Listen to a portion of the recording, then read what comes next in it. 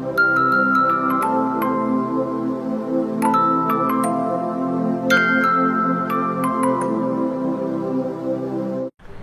विद्यार्थी मित्रांनो, आपले ॲम्बिशियस करिअर अकॅडमी ही जी काही तासगाव तालुक्यामध्ये आपली जी अकॅडमी आहे, तर त्याच्यामध्ये जी पोलीस भरतीची आपली बॅच सुरू आहे, रेग्युलर बॅच, तर त्या बॅचचे आपले जे काही टाईमटेबल आहे किंवा जे आपण प्लॅनिंग केलेलं असतं, म्हणजे जी काही आपण बॅच घेत असतो तर त्याचं नियोजन अगोदर केलेलं असतं किंवा टेस्ट कधी घ्यायची, किती दिवस, आठवड्यातले किती दिवस शिकवायचं, अभ्यासाला एक दिवस किती मुलांना वेळ द्यायचा, तर त्या आपल्या रुटीनप्रमाणे आपण दर शनिवारी त्या आठवड्यामध्ये जो काही झालेला सिलेबस असेल अधिक त्याच्या अगोदर झालेला सिलेबस असा आपण दर शनिवारी टेस्ट घेत असतो. ही आपली सिस्टीम आहे.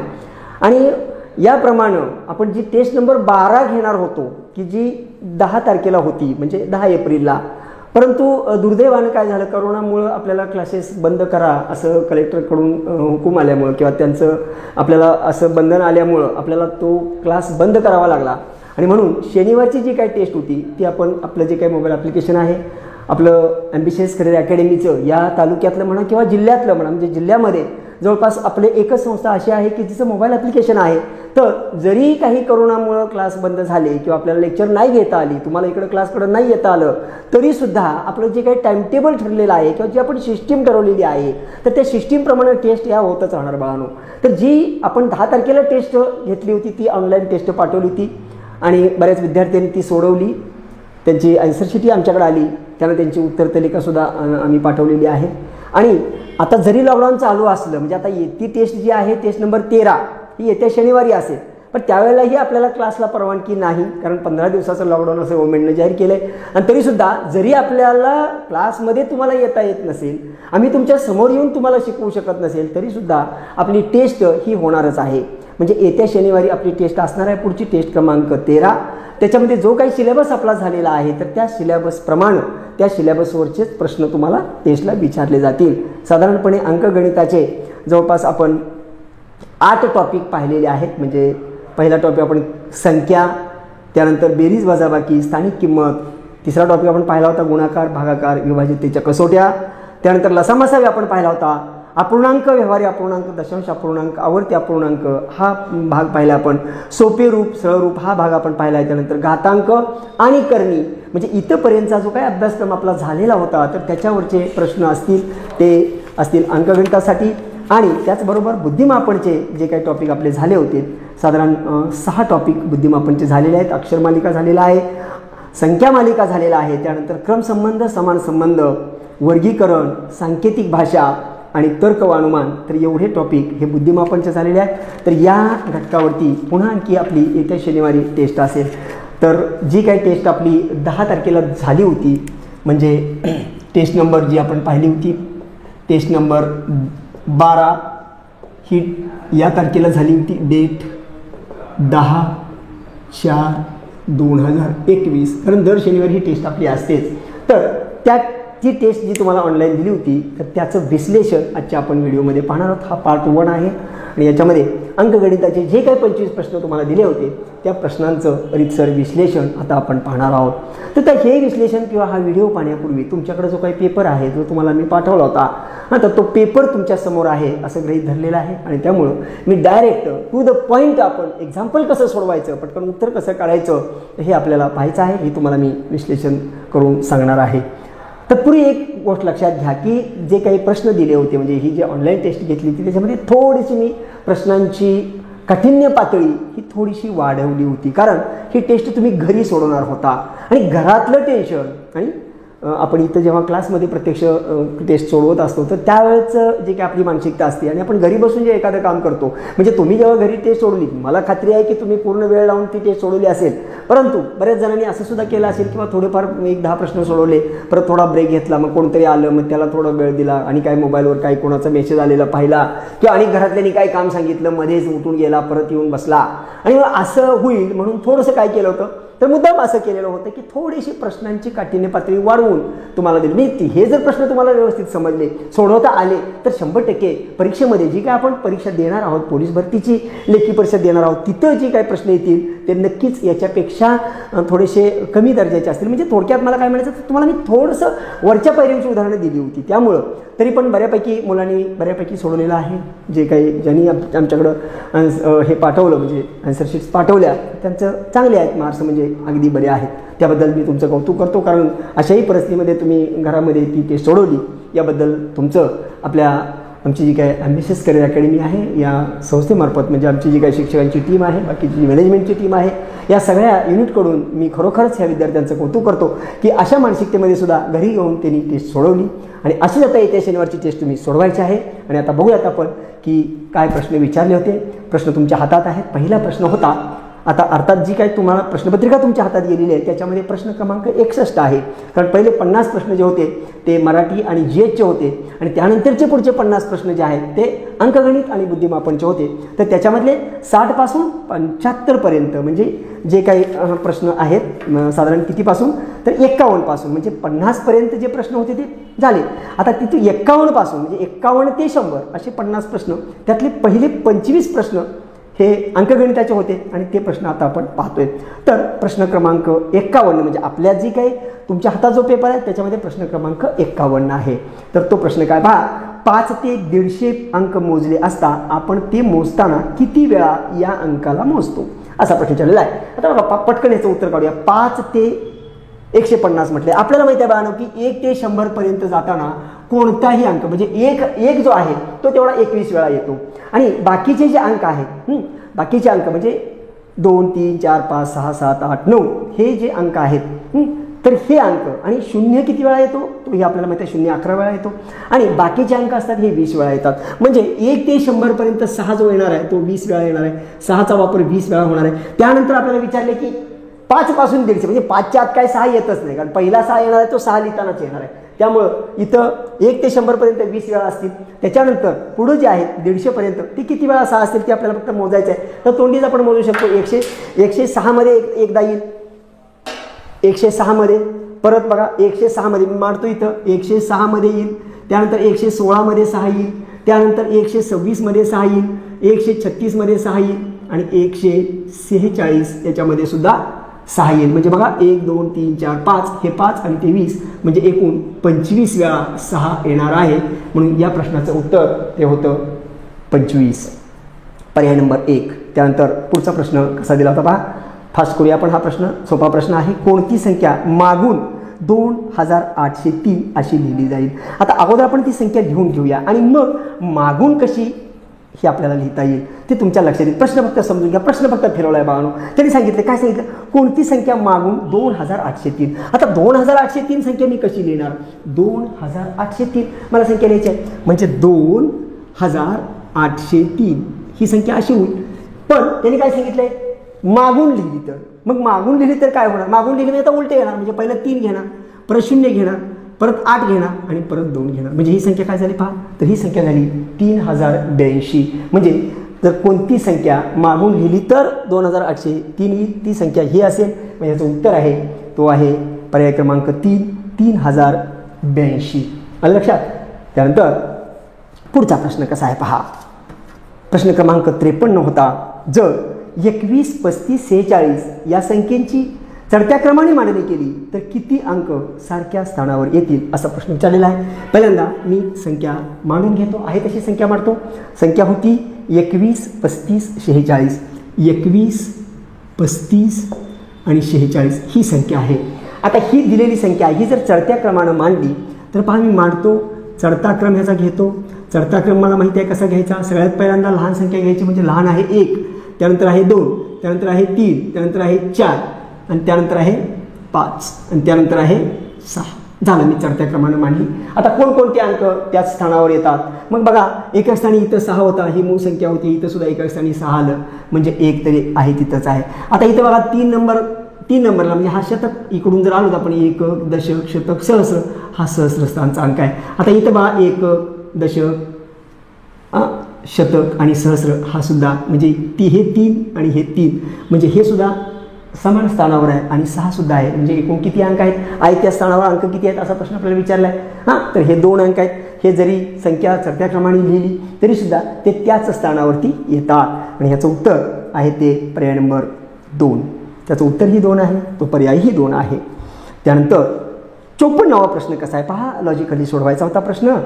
54वा प्रश्न असा होता, एक संख्या अशी आहे की जी 84 पेक्षा जितकी मोठी आहे तितकीच ती 108 पेक्षा लहान आहे, तर ती संख्या कोणती आहे असा प्रश्न ज्याला संख्या टिंबटिंब आहे. आता इथं काय करायचं पहा, इथं आपण पर्यायाचा म्हणजे काही ठिकाणी जर आपल्याला पटकन उदाहरण सोडवायचं असेल तर आपण पर्यायाचा विचार करायचा. आता पर्याय जर मी चेक करत बसलो, कारण पहा 84 आणि 108 मध्ये जर मी फरक काढला, कारण हा 12चा पाडा आहे बाळांनो, 12 7 84 आणि 12 7 84, 12 8 96 आणि 12 9 88, म्हणजे 84 आणि 108 ह्या ज्या दोन्हीच्या मध्ये आहेत हा 12च्या पाड्यातल्या संख्या आहेत. मग आता ह्याच्यामध्ये जे काही मला उत्तर तिथं मला काय पाहिजे त्यांनी काय विचारले, तर 84 पेक्षा जितकी मोठी आणि तेवढीच ती 108 पेक्षा लहान असली पाहिजे. मग मी जर पर्यायाचा विचार केला, पहिला पर्याय दिला होता त्यांनी 96. आता अर्थात ह्याचं जे उत्तर असणार ते 12च्या पाड्यातली संख्या असणार. मग या आपल्या पर्यायामध्ये 12च्या पाड्यातल्या 2 संख्या दिल्यात, एक म्हणजे 96 आणि दुसरी म्हणजे 48. मग त्यामुळं दुसरे जे पर्याय होते 2 69 आणि 56 हे बाद होतील पहिल्याच फेरीमध्ये. आता आपली स्पर्धा असणार आहे 96 आणि 48 मध्ये. मग आता हातला मी हा पर्याय चेक करतोय. आता 96 48 हा पर्याय पुढचा आहे, हां नाही, कारण तिसरा पर्याय म्हणजे पहिले 2 आपण का बाद केले मी तुम्हाला बोललो. मग आता याच्यामध्ये पहा, जर याच्यामध्ये आपण 12च्या पट्टीमध्ये म्हटल्यानंतर जर मी याच्यामध्ये 96 मधून जर मी 12 वजा केले तर मला 84 मिळते. बघा मिळते की नाही, 12 जर मी वजा केलं तर मला 84 मिळेल, कारण हां 12 7 84. आणि जर मी याच्यामध्ये 96 मध्येच 12 मिळवलं, 96 मध्ये जर मी 12 मिळवलं तर मला मिळते 108. म्हणजे बघा, म्हणजे माझं उत्तर आहे 96. म्हणजे 96 ही अशी संख्या आहे की ती 84 पेक्षा कितीनं जास्त आहे, तेवढीच 108 पेक्षा कमी आहे आणि ती आहे 96. त्यानंतर म्हणजे ती संख्या 96 असेल. त्यानंतर 55 नंबरचा प्रश्न दिला होता. तुम्हाला संख्या दिल्या होत्या 12 ते 30, 726, 531 आणि 345चा मसावी आहे. आता बघा हा लॉजिकल कसा सोडवायचा, इथं अवयव पाडून वेळ घालवत बसायचं नाही. आपल्याला माहीत आहे की मसावी म्हणजे सगळ्यामध्ये असणारा सामायिक घटक असतो. मी संख्या लिहितो पहा बाळांनो, 12 ते 30 मी संख्या लिहितोय आणि मग तुम्हाला मी दाखवतो की पटकन ह्याचा मसावी कसा काढायचा. मसावी विचारलेला आपल्याला, तर संख्या आहेत 12 ते 30, 12 ते 30. त्यानंतर दुसरी संख्या आहे 726. त्यानंतरची संख्या आहे 531 आणि त्यानंतरची संख्या आहे 345. आता मसावीचा अर्थ असा आहे की त्या मसावीनं ह्या सगळ्या संख्येला भाग गेला पाहिजे आणि ती मोठ्यात मोठी असली पाहिजे. मग मी काय करतो, ह्याला 3 भाग लागतोय का बघतो, कारण मला कसोट्या माहीत आहेत. कसोट्याचा वापर आपण शिकलेलो आहे, कसोट्या तुम्हाला शिकवले. 3ची कसोटी मी वापरून बघतो. बघा आता मी तोंडी वापरतोय 2 1 3 3 3 6 7 3 9, म्हणजे ह्याला 3 पण भाग जातो. आता इथं पहा, ह्याला 3 जातो आणि 9 पण जातो. 3 9 भाग जातो, कारण का आपल्याला माहिती आहे दिलेल्या संख्येतील अंकाच्या बेरजेला जर का 9 भाग गेला तर 9 पण जातो आणि 3 पण जातो आणि 3 गेला की 3 जातो. ज्यावरती 9 जातोय त्यावरती 100% 3 जाणार आहेच. आता इथं बघूया, बेरीज करूया आपण. 7 आणि 2 9, 9 आणि 6 15, म्हणजे इथं 15 आहे, 15ला फक्त 3 भाग जाणार, 3 भाग जाणार. हां, म्हणजे आता मला समजलं की इथं बघा आता 3 भाग जातो का, 5 3 8 1 9, इथं सुद्धा 3 भाग जाणार. 4 आणि 3 7 आणि 7 आणि 5 12, म्हणजे ह्याचा सुद्धा 3 भाग जाणार. म्हणजे सगळ्याला 3 भाग जातो आणि म्हणजे 3 हा अवयव सगळ्यात कॉमन आहे आणि त्यामुळं सगळ्यामध्ये कॉमन असणारा फक्त एकमेव आहे घटक, तो म्हणजे 3. म्हणजे 3 हाच त्याचा मसावी असेल.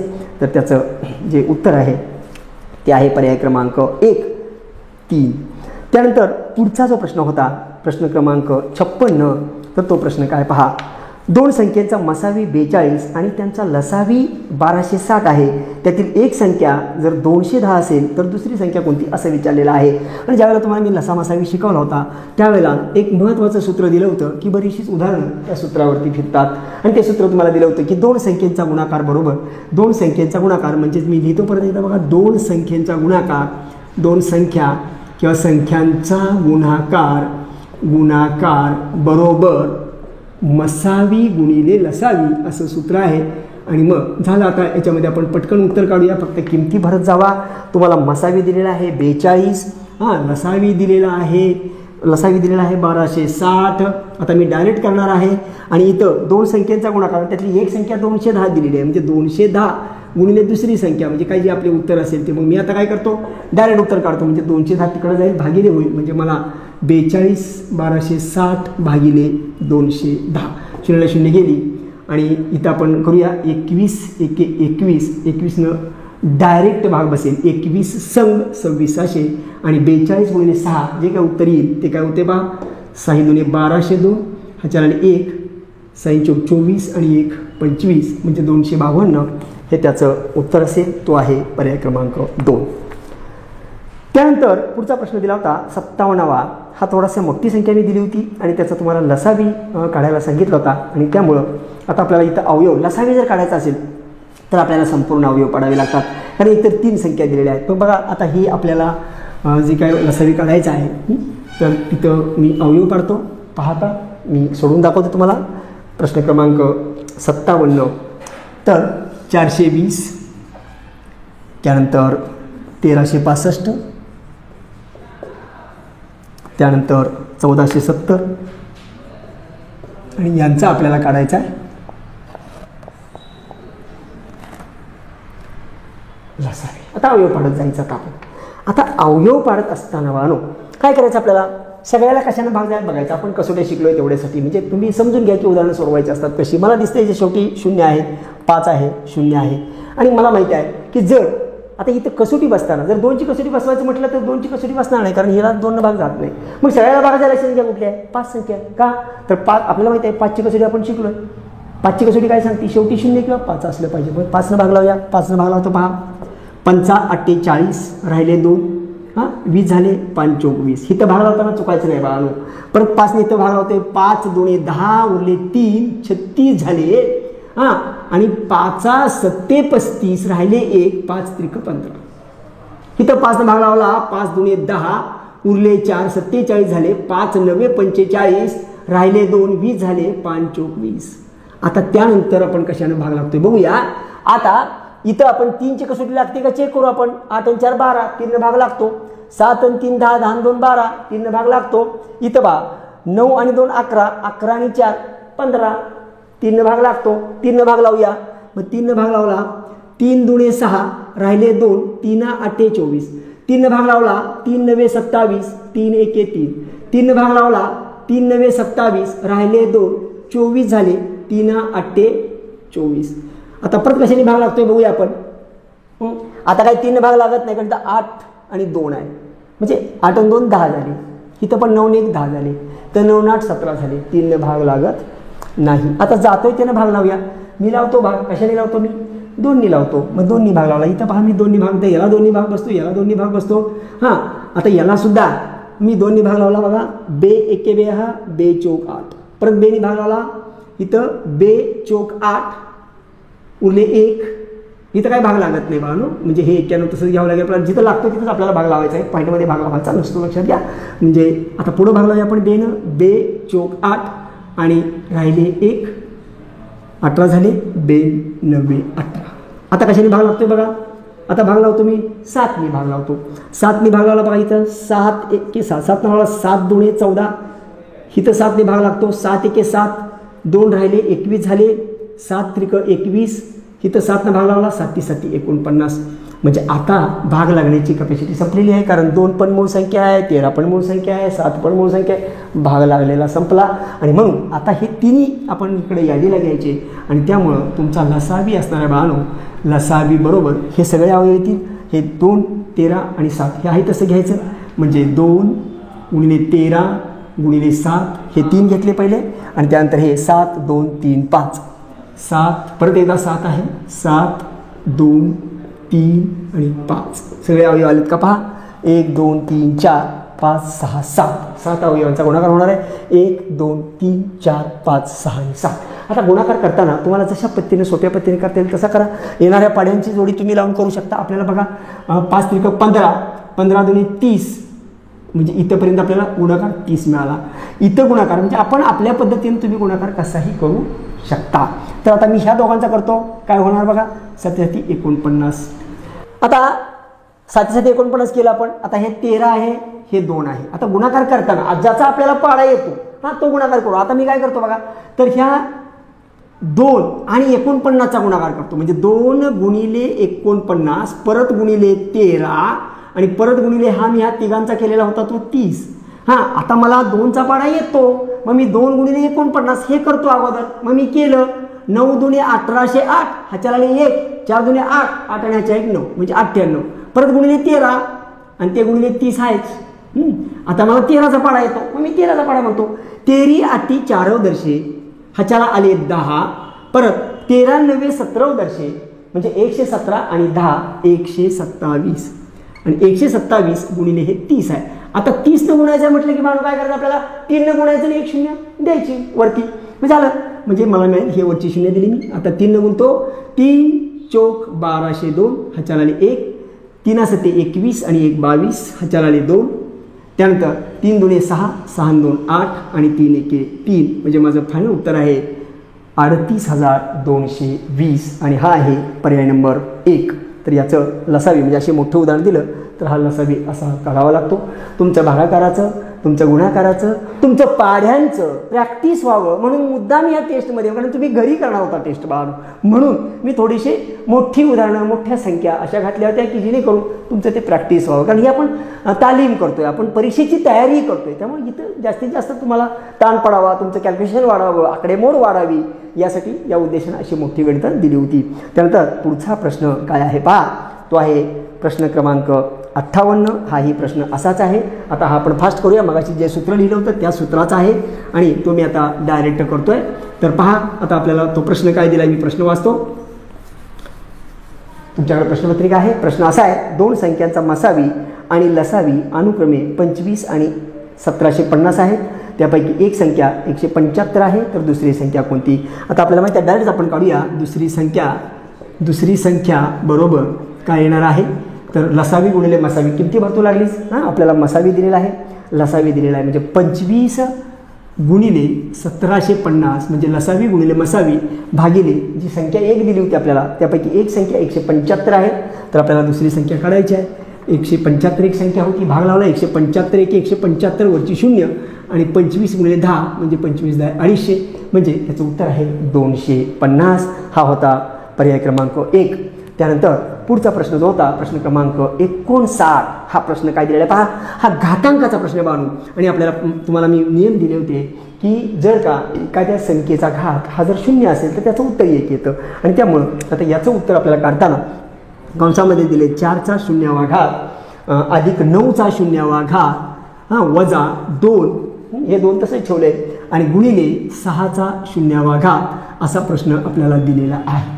संपला. आता ह्याचं आपल्याला उत्तर काढायचं आहे. तर आता काय येणार बघा, ह्याची किंमत येणार आहे 1, म्हणजे ह्या 4चा 0वा घात म्हणजे उत्तर 1 अधिक 9चा 0वा घात म्हणजे उत्तर 1. म्हणजे 1 आणि 1 2 झालं, वजा ह्याचा 2 गुणिले 6चा 0वा घात म्हणजे उत्तर 1. इथं 1 अधिक 1 म्हणजे 2, इथं 2 1 2 आणि 2 ला 2 निघून गेलं म्हणजे राहिलं 0 आणि म्हणून याचं उत्तर असेल 0. तो होता पर्याय क्रमांक 4. त्यानंतर 7 नंबरचा प्रश्न काय विचारला बघा, 2चा कितवा घातांक 2च्या 10व्या घातांकाच्या अर्धा असेल. कारण आपल्याला माहिती आहे की आपण पुढं जेव्हा घात सरकत नेतो तेव्हा फक्त डबल करत जातो नाही का, म्हणजे 2चा वर्ग 2चा घन करताना डबल करत जातो. म्हणजे ह्याच्या मागचा जो घात असेल 10च्या मागचा तो घात त्याचा डबल असेल ना, म्हणजे त्याचा 2चा 9वा घात जो असेल 2चा 9वा गुणिले आता ह्याच्या पुढचा घात येणार तो 2चा 10वा म्हणजे त्याच्या मागची संख्या ही निम्मी असेल. म्हणजे ह्याचं उत्तर आहे 2चा 9वा घात, लक्षात ठेवा. त्यानंतर हा प्रश्न क्रमांक 60 होता. त्यानंतर पुढचा प्रश्न आहे, हाही आपल्याला कॉमन सेन्सनं सोडवायचा आहे. म्हणजे व्याख्येवरती प्रश्न विचारलेला होता मी. तो प्रश्न काय होता पहा, प्रश्न असा दिला होता 61 नंबरचा प्रश्न, खालीलपैकी कोणती संख्या एक पूर्ण वर्ग नैसर्गिक संख्या नाही असं म्हटले.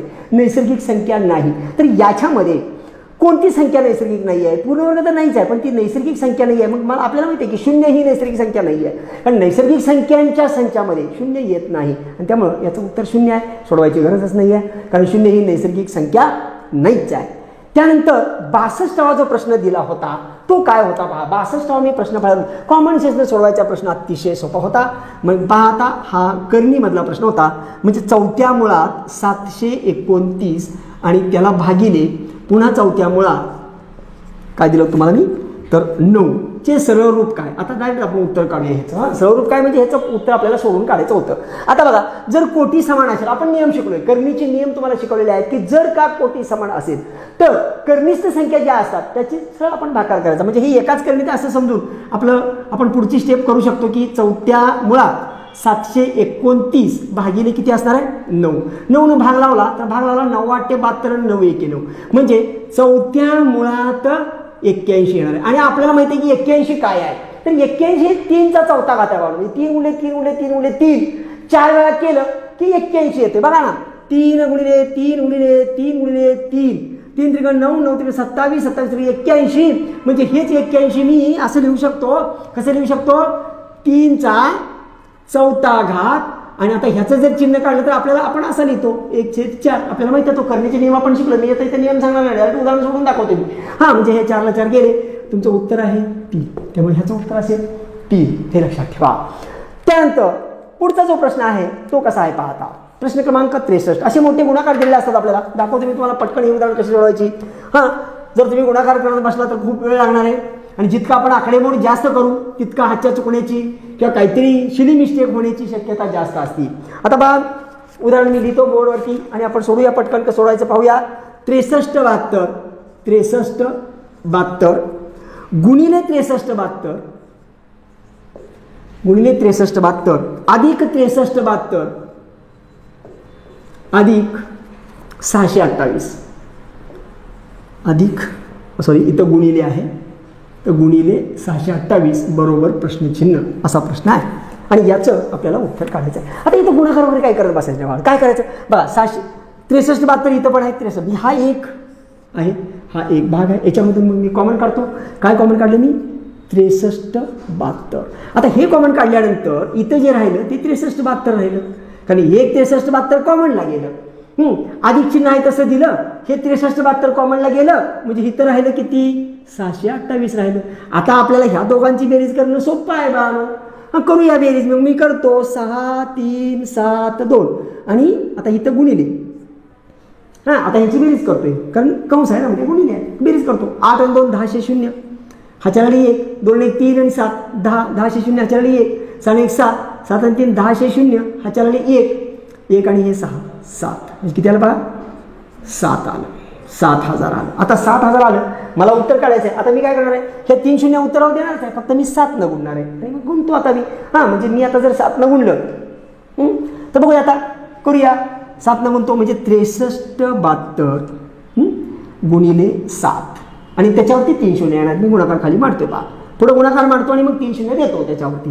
बघा, 7 2 1404, ह्याच्याला 1 7 7 49 49 1 50, ह्याच्याला 5 7 3 21 21 आणि 5 26, ह्याच्याला 2 6 7 42 2 42 आणि 2 किती झाले 44. आणि ह्या वरच्या 3 0, म्हणजे ह्या ज्या होत्या ना आपण 7 वरच्या त्या 3 0 म्हणजे गुणाकार करताना तेवढ्या 0 आपण वर चढवल्या.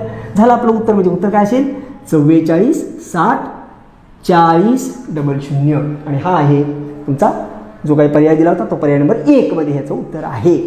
त्यानंतर पुढचा जो प्रश्न आहे ना बाळांनो, चौथ्या बऱ्याच विद्यार्थ्यांनी ह्या 64व्या प्रश्नाला वेळ खर्च केलेला आहे, तर त्याचं शॉर्टकट कसं आहे पहा. हां, हा प्रश्न क्लुप्तीने कसा सोडवायचा, कॉमन सेन्स ज्याला आपण म्हणतो, मी नेहमी सांगत असतो आणि तो प्रश्न सांगतो मला कसा सोडवायचा. तर आता बघा, प्रश्नापर्यंत मी लिहितो 31.9375 असं दिलेलं आहे प्रश्नामध्ये. 31.9375 ला या संख्येचे P/Q. आता P/Q या रूपात लिहायचं आहे, म्हणजेच अंशाने छेदात लिहायचं आहे बाळांनो.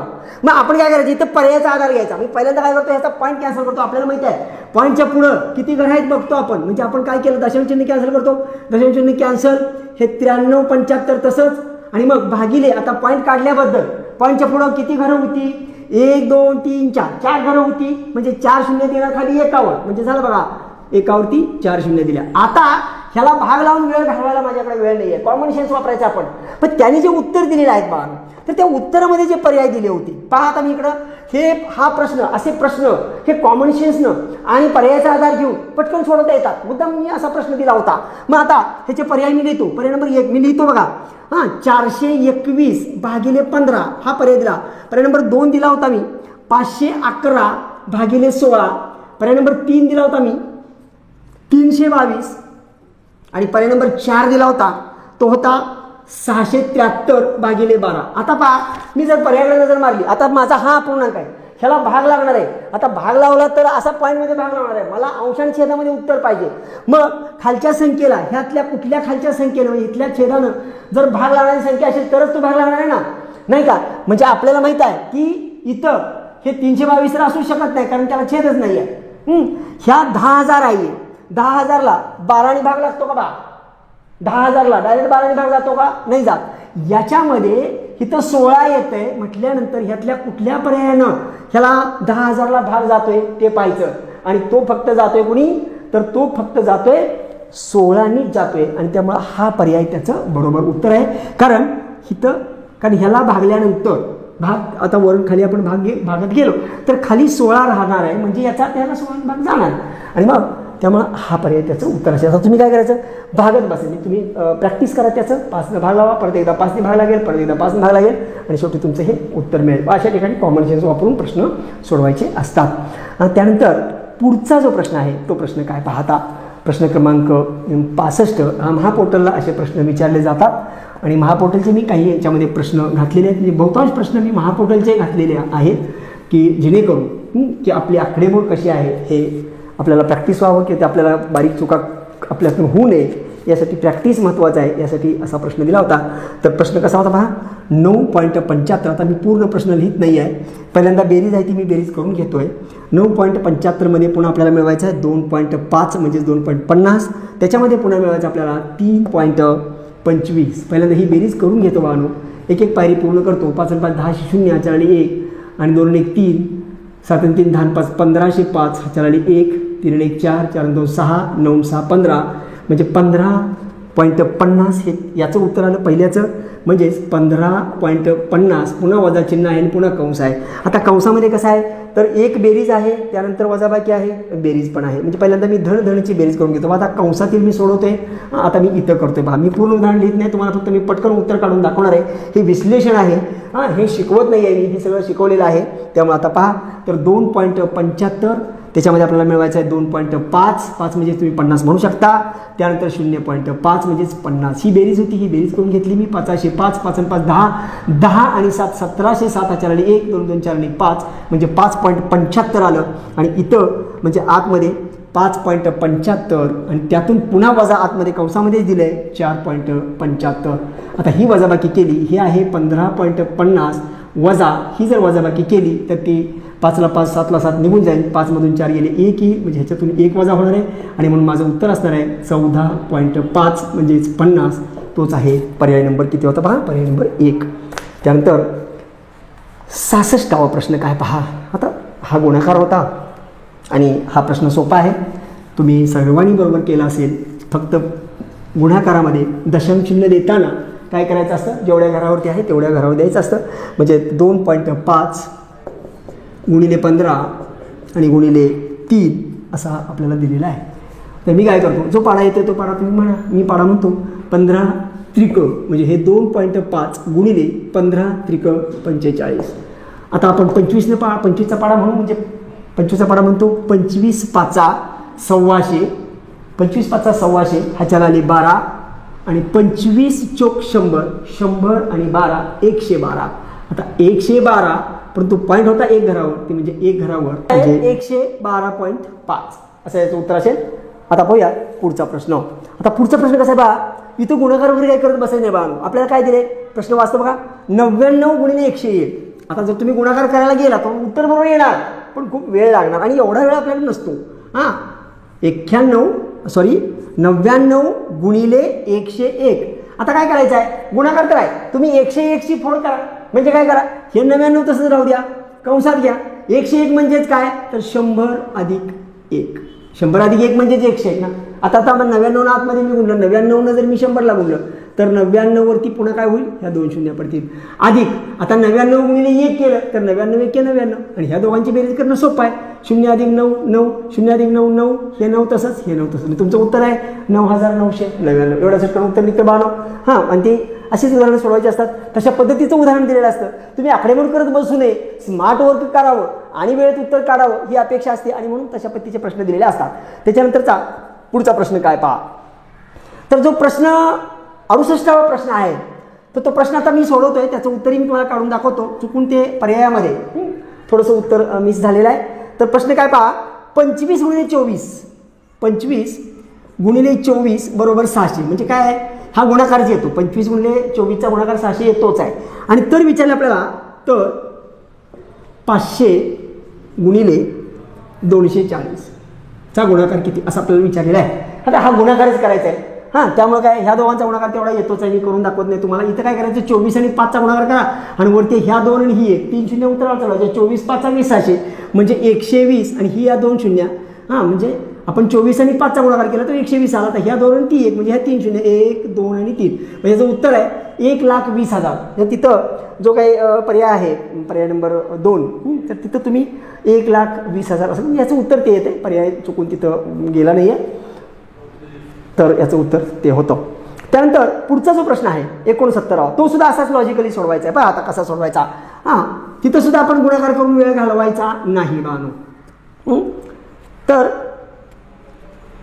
8201 8201 गुणिले 9999. आता लगेच काय करायचं आपण, ही 9999 आहे ना, ही 10,000ला जवळची संख्या आहे. मग पटकन करून टाका ना, हे तसंच राहू दे ना, 8201 तसंच राहू द्या गुणिले कंसात हे आहे 10,000 वजा 1 म्हणजेच 9999. आता ह्यानं आतमध्ये गुणा, आता ह्यानं आतमध्ये गुणायचं आहे म्हणजे काय करायचं, काय नाही, ह्या दोघांचा गुणाकार होणार. आता या दोघांचा गुणाकार करताना एवढ्या शून्य ह्याच्यावरती पडणार आहेत म्हणजे 8201 वर 1 2 3 4 शून्य पडतील. 1 2 3 आणि 4 आणि त्याच्यातून पुन्हा 8201 आणि 1 ला गुणल्यावरती वजा होणार म्हणजे वजा 8201. आता ही फक्त वजाबाकी करायची आहे. आता ही वजाबाकी जर तुम्हाला अशी आडवी समजली तर तुम्ही आडवी करा, नसेल तर मग उभी मांडून केली तरी चालतं. आता मी करतो, पहा मी तर मांडतो तरी सुद्धा 82, त्यानंतर 01 आणि वरची 0 4 1 2 3 4 आणि त्याच्यामधून आपल्याला करायचं आहे 8201 हे वजा करायचं. झालं, शून्यामधून 1 जात नाही म्हणजे 10तून 1 गेले 9, हाच्या परत दिला, परत 10मधून 1 गेले 9, हाच्या परत दिला, 2 आणि 1 3 झाले, 10मधून 3 गेले 7, हाच्या परत दिला, 8 आणि 1 9 आणि 10मधून 9 गेले म्हणजे 1, हाच्या परत दिला, 1 आणि 1 गेले, हे 0 तसंच, 2 तसंच, 8 तसंच. म्हणजे तुमचं जे उत्तर असेल 8200 1799 हा होता पर्याय नंबर 2. बानो हे त्याचं उत्तर आहे. त्यानंतर 70 नंबरचा प्रश्न काय होता पहा, लॉजिकल सोडवायचा. प्रश्न समजला की तोंडी उत्तर आहे बा, फक्त प्रश्न समजला पाहिजे. विचारले काय पहा, 27 या संख्येला 19 ने गुणल्यास 9ची किती पट होईल असं विचारले. 27 या संख्येला 19 ने गुणल्यास 9ची किती, हे काढायचं कसं, काय नाही, 27 या संख्येला गुणायचं आहे कशानं, 19 न गुणायचं आहे. तर तुम्हाला विचारले 9ची किती पट, अरे 9ची किती पट होईल म्हणजे ह्याला भागिले 9 करा ना, म्हणजे पट काढता येईल. हां, झालं, 9 1 9, 9 त्रिक 27 म्हणजे 19 त्रिक 57 म्हणजे ती जी संख्या असेल ती पट असेल ती असेल किती, 9ची किती पट होईल तर 57 पट होईल. म्हणजे काय, तर 57ला जर तुम्ही 9 न गुणलं तर जे उत्तर येईल तेच उत्तर असणार आहे 27 गुणिले 19चं आणि हे त्याचं उत्तर आहे 57, पर्याय क्रमांक 3. त्यानंतर पुढचा प्रश्न होता, एका संख्येला 19 ने भागल्यास भागाकार 19 येतो व बाकी 17 उरते तर ती संख्या कोणती असा प्रश्न विचारला आहे. तर पाहता आपल्याला माहिती आहे की जर एका संख्येला 19 न भागलं आणि भागाकार 19 येतो, आपल्याला माहिती आहे की भाज्य जे काय असतं ना, भाज्य हां म्हणजे जी संख्या असती ते पर त्या भाजक म्हणजे किंवा भागाकार पहिला घेतो आपण, भागाकार गुणिले भाजक म्हणजे ज्यानं भागलं ते आणि अधिक बाकी असं सूत्र आहे. हा भागाकार करताना मी तुम्हाला शिकवलेला आहे. आता ह्याच्यामध्ये आपण करूया, 19 न भागलं तर भागाकार 19 येतो आणि बाकी 17 राहते. मग 19 गुणिले 19 होणार ती संख्या, 19 गुणिले 19 म्हणजे 361 झालं. आता म्हणजे 361ला 19 न भागलं की 19 भागाकार येणार, पण त्यांनी सांगितलं बाकी उरती किती, 17 उरती, म्हणजे ते 17 फक्त यात वाढवायचं आणि म्हणजे तुम्हाला मिळणार ती संख्या काय असेल, 7 आणि 1 8, 6 आणि 1 7 आणि 3 म्हणजे 378 ही ती संख्या असेल. हिला जर 19ने भागलं तर मात्र काय होईल, भाकार येईल 19, बाकी उरेल 17. याचं उत्तर होतं पर्याय नंबर 4. त्यानंतर 72वा प्रश्न काय होता बा, असाच प्रश्न होता तो. आता तो बघूया आपण. प्रश्न क्रमांक 72 काय बा, एका संख्येला 23ने भागल्यास भागाकार 15 येतो व बाकी 7 उरते तर ती संख्या कोणती. मग आता बघा 23ने भागायचं आहे म्हणजे 23ने भागलं, 23ने भागल्यास भाकार किती येतो 15. मग आता भाकार मी 23 गुणिले 15 करा. आता हे जो गुणाकार येईल त्याच्यामध्ये फक्त काय करायचं, 7 बाकी उरते ती वाढवायची म्हणजे ती संख्या असणार. करून घेतो मी. 15 त्रिक 45, हाचार आले 4, 15 दुणे 30, 30 आणि 4 34. आणि 34 मध्ये आता मिळवायचं आहे का आपल्याला, कारण बाकी किती उरते म्हटली, बाकी 7 उरते म्हटले. मग ते 7 वाढवलं म्हणजे तुम्हाला मिळेल 7 आणि 5 12, 2 हाचार आले 4 आणि 5 आणि 3 म्हणजे 352 हे त्याचं ती संख्या असेल, ती 352 असेल. तो होता पर्याय क्रमांक 2. त्यानंतर 73वा प्रश्न काय होता पहा, असाच प्रश्न आहे तो. एका संख्येला 58ने भागल्यास भागाकार 28 येतो व बाकी 16 उरते तर त्या संख्येला 14ने भागल्यास बाकी काय उरेल. आता खरं तर कॉमन सेन्सनं हा प्रश्न सोडवता येईल, पण तुम्हाला तरी पण मी दाखवतो की हा प्रश्न सोडवायचा कसा, कारण समजून पण आपल्याला समजलं पण पाहिजे की प्रश्न माझा बरोबर आहे, माझं उत्तर खात्रीनं बरोबर आहे, हा कॉन्फिडन्स पण आपल्याला आला पाहिजे. मग आता बघा 58, एका संख्येला 58ने भागल्यास भागाकार 28 येतो व बाकी 16 उरती. तर आपण काय करूया, तर 58 ने भागल्यास भागाकार किती येतो 28 येतो म्हणजे ह्या दोघांचा गुणाकार करून त्याच्यामध्ये बाकी 16 उरती ती मिळवली पाहिजे म्हणजे ती संख्या मिळेल. आणि मग त्या संख्येला 14ने भागल्यावर बाकी काय येईल ती बाकी आपल्याला काढायची आहे. मग आतापर्यंत हा गुणाकार आपल्याला करून घ्यावा लागेल. तर आता मी गुणाकार करतो बघा. 88 64 असे 4 4 6 8 5 40 आणि 6 46 ही 0 2 भागला 8 2 16 6 4 1 5 2 10 1 11 म्हणजे ही संख्या आहे 4 6 6 12 2 4 1 4 2 6 आणि 1 म्हणजे 1624. आणि त्याच्यासाठी बाकी किती उरती 16 उरती म्हणजे ती बाकी मिळवली अधिक बाकी किती उरती तर 16 उरती. हे 16 मिळवलं म्हणजे संख्या झाली 7 4 10 0 4 1 2 2 4 आणि 16 1640 ही ती संख्या असली पाहिजे. आणि मग आता सांगितलं आपल्याला तर त्या संख्येला जर 14ने भागलं तर बाकी किती उरेल. मग 14ने भागूया आपण म्हणजे 1640 भागिले जर आपण त्याला भागायचं कशाने 14ने भागायचं. 14ने भाग लावला मी 14 1 14 14 1 14 16 मधून 14 गेले 2 राहिले 24 झाले. 24 झाल्यानंतर पुन्हा आणखी 14ने 1चाच भाग बसेल 14 1 14 म्हणजे इथं 14 1 14 2 राहिले 24 झालं परत 14 1 14 24 मधून 14 गेले 10 राहिले आणि मग आता 10 राहिल्यानंतर 100 झाले 14 5 70 14 84 आणि 14 7 98 म्हणजे 98 आलं बाकी राहिली 2 म्हणजेच 8चा भाग लागून अधिक बाकी 2 राहील तुमची बाकी असेल 2 आणि त्यामुळं तो जो पर्याय होता त्याचं उत्तर आहे पर्याय क्रमांक 1 बाकी 2 राहणार. त्यानंतर 74वा प्रश्न काय होता बा. आता हा सुद्धा प्रश्न कॉमन सेन्सनं सोडवायचा होता. मी तुम्हाला दाखवतो. हा कसोट्याचा प्रश्न आहे. कसोटी आपण घेतलेल्या आहे. मी संख्या लिहितो 123 123 43 21 43 21 या संख्येला खालीलपैकी कोणत्या संख्येने निशेष भाग जाईल असा प्रश्न विचारलेला आहे. आता खालीलपैकी कोणत्या संख्येने भाग जाईल आपल्याला बघायचं आहे. तर त्यांनी दिलेल्या संख्या काय आहेत तर त्यांनी दिलेल्या संख्या आहेत 7 9 11 आणि 21. आता आपल्याला कसोट्या सगळ्यांच्या माहिती आहेत. आपण काय करू सोपी कसोटी चेक करू. पहिल्यांदा 3 भाग लागतोय का बघू. 3 गेला असेल तर 9 जाण्याची शक्यता असती आपल्याला माहिती आहे. पण 9 गेला की 100% 3 जातो. मग मी चेक करतो 2 1 3 3 3 6 4 10 10 3 13 13 2 15 15 1 16 16 काय 3 भाग जात नाही म्हणजे ह्या संख्येला 3 भाग जात नाही. 3ची कसोटी आउट झाली. आता 3 गेला नाही म्हणजे 9 तर 100% जाणार नाही म्हणजे ते दोन्ही पर्याय फ्लॉप गेले. आता राहिला माझा 11. मी पहिल्यांदा 11 चेक करतो. 11ची कसोटी काय आपल्याला माहिती आहे. आपण शिकलेलो आहे की 11ची कसोटी सांगते की एकाड एक संख्येची बेरीज इथे मी तुम्हाला करून दाखवतो. एकाड एक संख्येची बेरीज त्या बेरजेतील फरक जर 0 किंवा 11च्या पटीत आला तर त्या संख्येला 11ने भाग लागतो. मग बघूया एकाड एक बेरीज करूया. ही 1 हे 3 आणि हे 3 आणि हे 1 म्हणजे काय बेरीज आली बघा. आता 1 अधिक हे 3 अधिक हे 3 अधिक हे 1 ही जी बेरीज किती आली बघा. 3 3 6 7 2 8. आता आपण राहिलेल्यांची करू. एकाड एक हे 4 आणि हे 2 ह्यांची बेरीज आली 2 अधिक 4 अधिक 2 2 4 2 6 7 2 8 म्हणजे 8 आली. इथं पण एकाड एक बेरीज 8 आली. ह्यांचा फरक काढला 8 ला 8 गेले म्हणजे फरक 0 आला म्हणजे 100% ह्या संख्येला 11ने भाग गेलाच पाहिजे. आणि म्हणून माझं उत्तर असेल पर्याय नंबर 3 11, कारण 11ने भाग लागतो, कारण 11ची कसोटी आपल्याला माहिती आहे, 11ची कसोटी आपण वापरली.